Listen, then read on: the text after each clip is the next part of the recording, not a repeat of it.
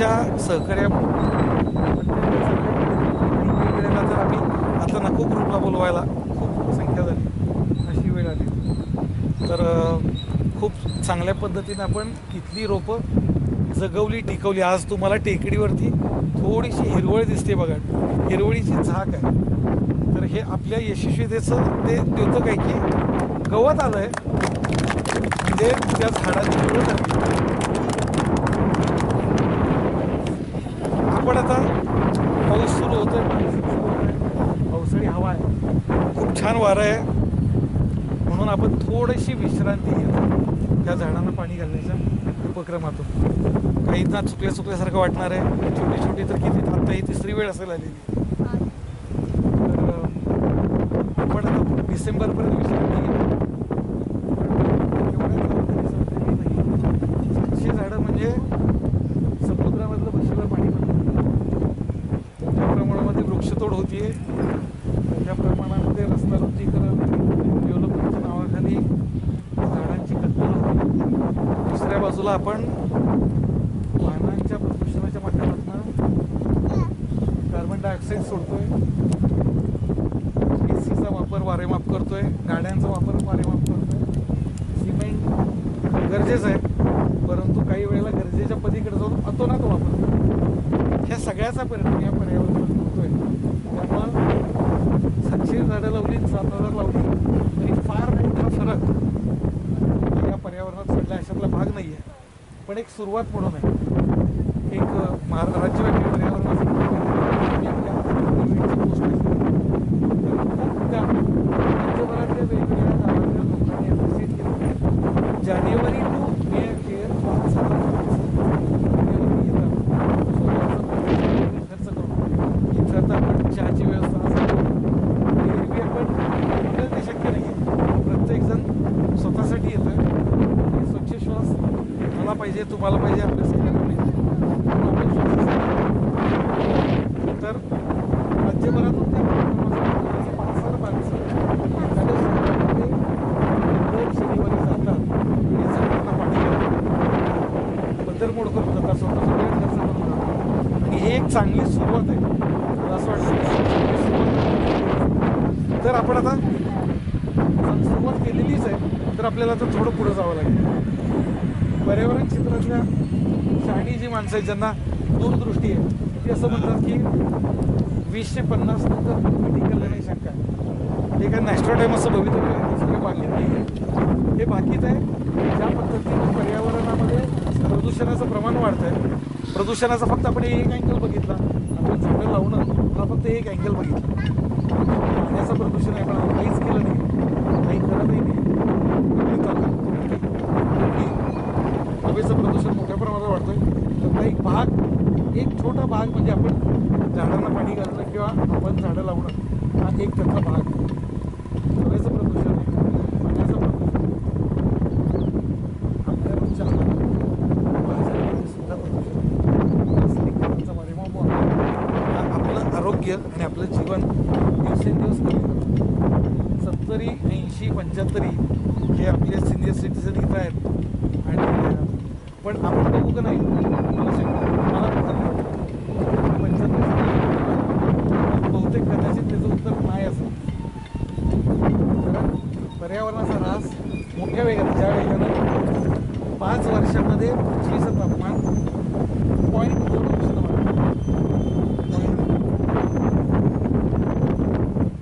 पृथ्वीचं तापमान वाढीमुळं आपण आज बघतोय मे महिन्यामध्ये एवढा पाऊस बघितलाय लहानपणी. बघा तुम्ही आमच्यापेक्षा सिनियर, बघितलं मे महिन्यात एवढा पाऊस. वळीव आला की वळीव किती दिवस, 2 दिवस वळीव, सलग 5-5 आठवडा. दिवाळीमध्ये पाऊस बघतोय, थंडी बघ, डिसेंबर संपला तर थंडी नाही. दसऱ्याला फुलं घ्या, फुलं म्हणायला ते फुलं यायची की नाही, त्यांनी हाक मारली ना की थंडी वाजायची. सकाळी 7 आम्ही खाली राहतो, आम्हाला त्याचं गांभीर्य नाही. इथं खाली राहणाऱ्या माणसांना त्याचं गांभीर्य आहे की एखादा दगड सुटला, एखादी टेकडी सुटली तर खालच्या घरांची लेकरा बाळांसकट अवस्था काय होईल.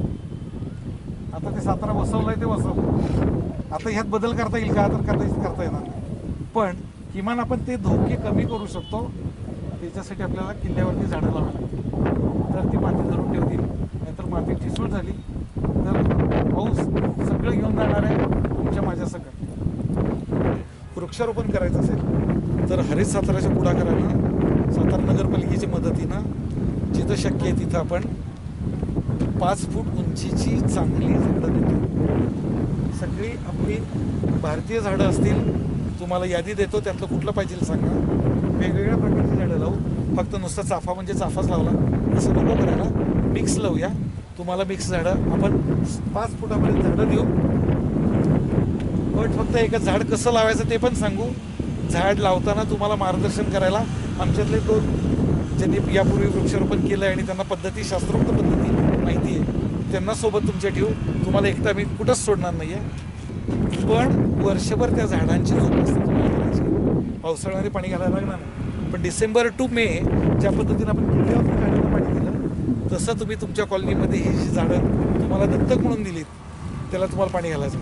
आज 5 फुटाची झाडाची किंमत नाही म्हटलं तर वर्षभर असेल का सहज. तुम्हाला ते मोफत, 1ही रुपया आम्ही घेत नाही. तुम्हाला किती झाडं पाहिजे सांगा, तुमची जागा दाखवा, खड्डा कसा काढायचा ते सांगू. तुम्हाला काही त्यात मदत लागली तर आम्हाला सांगा की बाबा नाही, आम्ही सगळे सिनियर सिटीजन आहेत, आमची मुलं पुण्याला नोकरीला आणि शिकायला असतात आणि आम्हाला खड्डा काढणं शक्य नाही, जर काहीतरी मदत करा. बघू, आमच्यातली 2-4 जण तुमच्याबरोबर खड्डा काढायला तिथे येतील. पण नागरिकांचा सहभाग आम्हाला आवश्यक आहे. आता शाहूपुरी आणि शाहूनगर भागामध्ये जवळपास 15 ते 17 सोसायट्या आमच्याकडे रजिस्टर झालेल्या आहेत. त्या सोसायट्यांना आम्ही झाडं देतो आहे. आपल्याकडं 1000 5 फूट उंचीची झाडं आहेत आणि तुम्हाला झाडं कमी पडू देत नाही. अजून 200 लागू द्यात, अजून 500 लागू द्यात, तर अजून 1000 झाडं लागू द्यात. आपण तुम्हाला नाही म्हणणार नाही. फक्त आपण जनरली उत्साहामध्ये हा करतो, मला 5 द्या, मला 5 द्या. आणि मग घरी नेल्यानंतर असा प्रश्न पडतो, लावायचा कुठं? 2च लावायला जागा आहे. मग बाकीची 3 त्या पिशवीमध्ये तशीच मरून जातात.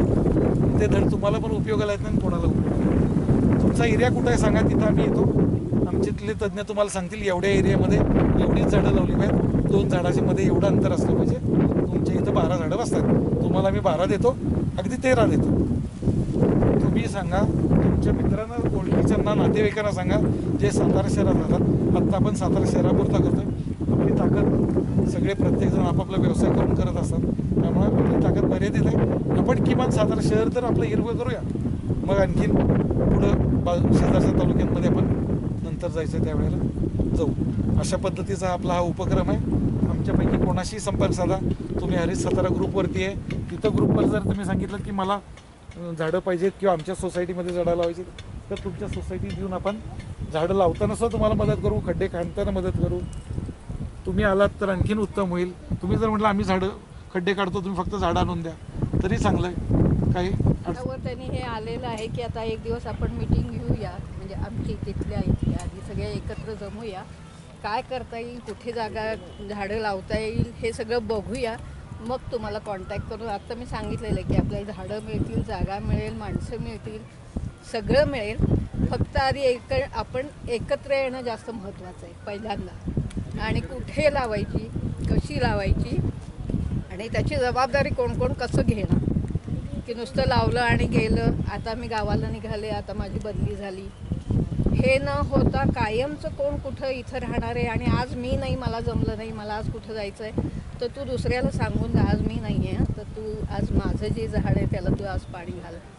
असं करून आता प्राथमिक याच्यावर तर बोलणी झालेली आहे. झाडं लावली पाहिजेत आणि ती जगवली पाहिजेत. आणि जर कोण तोडत असेल तर त्याला किमान काउन्सिलिंग करायची जबाबदारी पण आपली असली पाहिजे की बाबांनो झाडं तोडू नका. म्हणजे आता आपण सगळ्यांनी अनुभवलं की आपण ह्या उन्हाळ्यामध्ये रस्त्यानं गाडीवरती जरी जात असेल तर तो उन्हाची हीट एवढी असायची आणि अगदी 2 मिनिटासाठी गाडी जरी आपली झाडाच्या सावलीतनं गेली तर तो फरक आपल्याला जाणवत असेल. म्हणजे सातत्यानं ग्रुपवरती पण टाकलं जायचं की टेम्परेचर कशा पद्धतीनं वाढते. म्हणजे एक वेळ तर अशी होती की साताराचं टेम्परेचर 42पर्यंत गेलं, 42°C जो सातारा आपण हिरवागार समजतोय, डोंगराच्या कुशीत वसलेला समजतोय, त्या साताराचं टेम्परेचर 42°वरती जातं. जे टेम्परेचर मराठवाडा आणि विदर्भातल्या जिल्ह्यांमध्ये असतं आणि तिथलं तापमान आपल्याला अर्थातच माहिती आहे.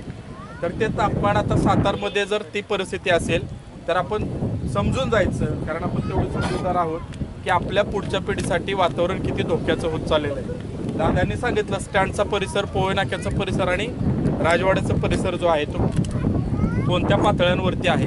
मित्रांनो, जागतिक पातळीवरती सगळे देश आत्ता पर्यावरणावरती खूप मोठ्या पद्धतीनं काम करतात आणि ग्रामविकास आराखड्यामध्ये शाश्वत विकासाच्या कामावरती आम्ही काही ट्रेनिंग देत असतो. जिल्हा परिषदेत सरपंच सदस्य, गाव पातळीवरती सगळे आणि अगदी अधिकाऱ्यांना. त्यातली 6वी 7वी संकल्पना आहे. 9 संकल्पना आहेत, त्यातली 6वी 7वी हरित गाव ही संकल्पना आहे. स्वच्छ आणि हरित गाव म्हणजे गाव स्वच्छ तर पाहिजे पण हरित पण पाहिजे आणि त्याच्यासाठी झाडं लावली पाहिजेत. त्यामुळं आता हे गरजेचं झालेलं आहे आणि त्याच्यामुळं आपण सगळ्यांनी आता जबाबदारीनं आपण जे काम करतोय ते आता त्याच्यामध्ये लोक चळवळ झालेलीच आहे, पण अजून लोक कशी जोडली जातील आणि हरित सातारा कसा चांगल्या पद्धतीनं हा उपक्रम घराघरामध्ये पोहोचेल याच्यासाठी आपल्याला काम करावं लागेल. जसं पुण्यामध्ये प्राईड पुणे वगैरे हे चालतं, तसं सातारमध्ये हरित सातारा ह्या संकल्पनेला आपल्याला दारादारापर्यंत, घराघरापर्यंत आणि जिथं आपल्या कुटुंबाला सांभाळणारी आई असते, काम करत असते, त्या चुलीपर्यंत हा विचार पोहोचवावा लागेल. कारण सगळ्यात जास्त जशी कुटुंबाची काळजी आई घेते तशीच त्या झाडाची काळजी पुरुषांपेक्षा मला वाटते महिला भगिनी जास्त घेतात. त्यामुळे त्या आईपर्यंत, त्या ताईपर्यंत आपल्याला हा विचार आणि कुटुंबातल्या प्रत्येकापर्यंत पोहोचवायचा आहे. या झाडाकडे बघून खूप छान वाटलं आणि माझं एवढंच म्हणणं की झाडं लावताना आपल्यासमोर केवढा रस्ता आहे, किती ते झाड मोठं वाटतंय त्या पद्धतीनं झाडं लावा. म्हणजे वडाचं झाड लावलं तर वडाच्या झाडाला एक सरासरी नाही म्हटलं तरी 1 गुंठ्याची जागा तरी लागते. एवढं झाड वाढणं इतकी जागा असली तर वडाचं झाड लावा, पिंपळाचं झाड लावा. नंतर आपली छोटी झाडं जरी म्हणजे ते परत तोडता येऊ नये म्हणून एकदा लावलेलं झाड परत तोडायची वेळ येऊ नये. तुम्हाला इथं काम करताना कसं काय तुमची भावना काय? मी मुळातच कुणबी आहे, त्याच्यामुळे ह्या झाडांच्या निगडीतच माझं अख्खं आयुष्य. स्टार्टिंगला जानेवारीपासून तर नव्हते मी या उपक्रमात, पण आता 1-2 महिन्यांपासून याला जॉईन झाली आहे. विकास भावलेकर काका आहेत, त्यांनी मला ह्याची माहिती दिली. म्हणजे ह्याच्या आधी पण मी लॉकडाऊन थोडं शिथिल झालं होतं, तेव्हापासून असं पर्यावरणाच्या सामाजिक एक कार्य म्हणून काम करते. लॉकडाऊन नंतरच्या काळात मी 500 झाडं माझ्या क्लबतर्फे लावली होती याच एरियामध्ये येऊन.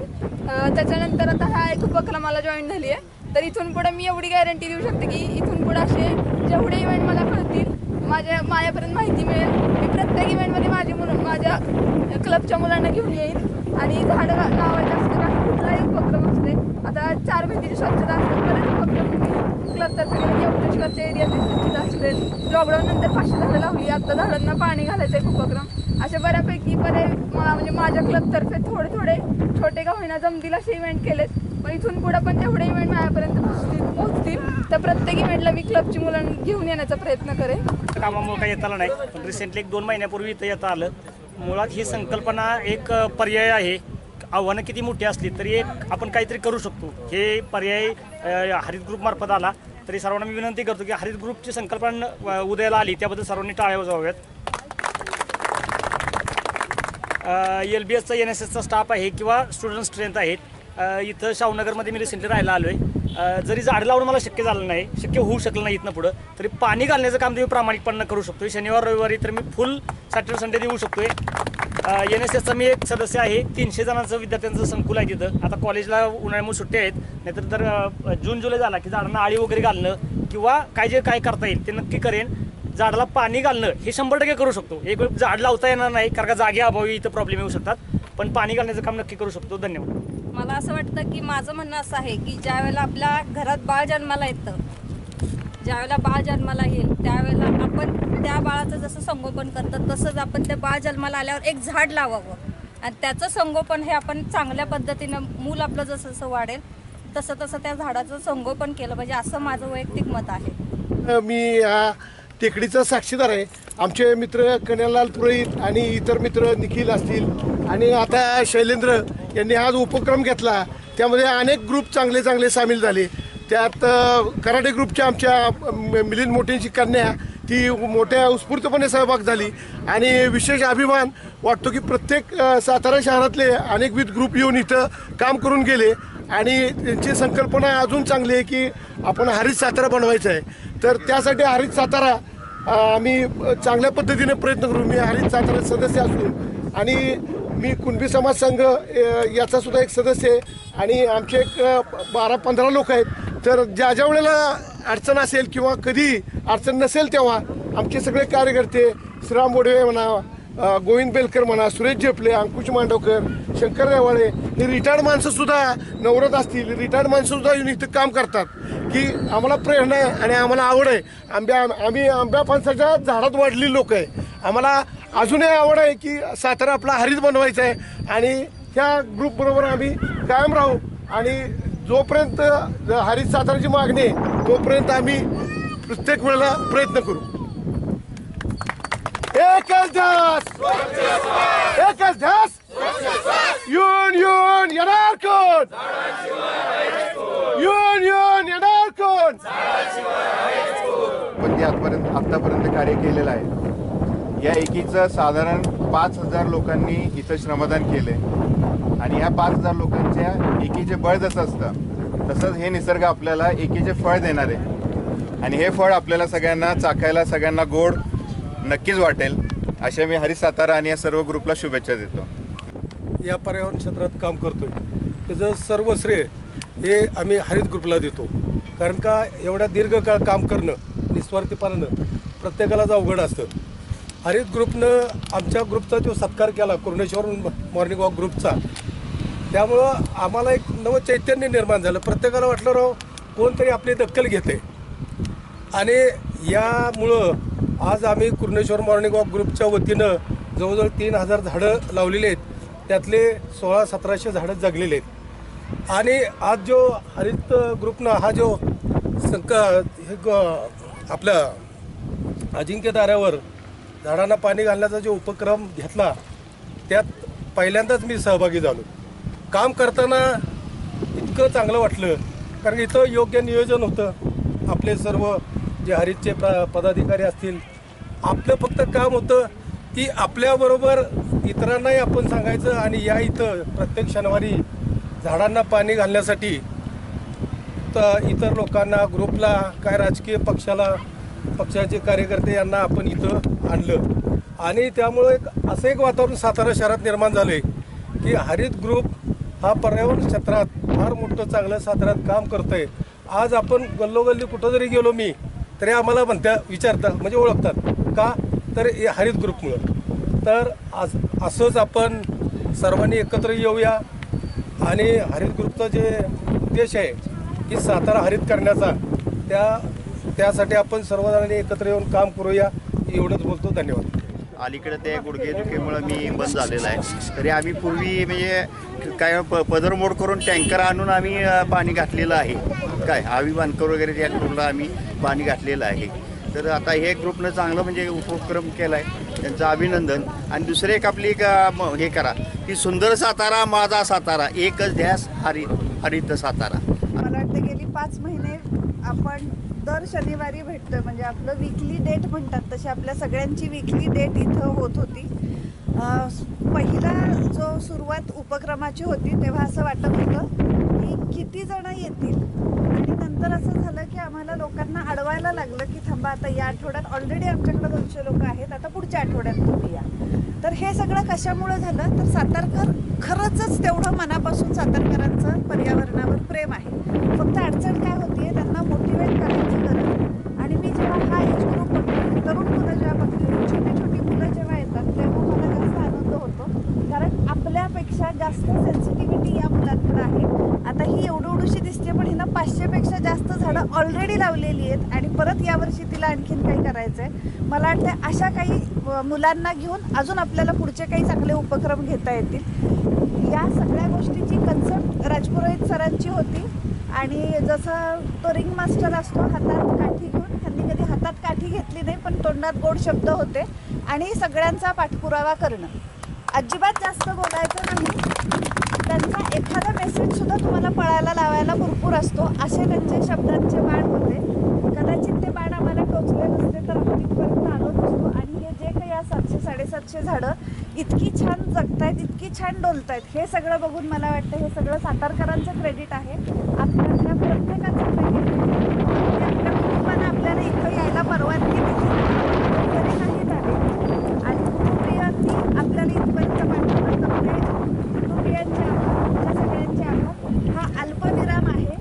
आपल्याला निसर्गाची सेवा इथून पुढं सुरू ठेवायचीच आहे.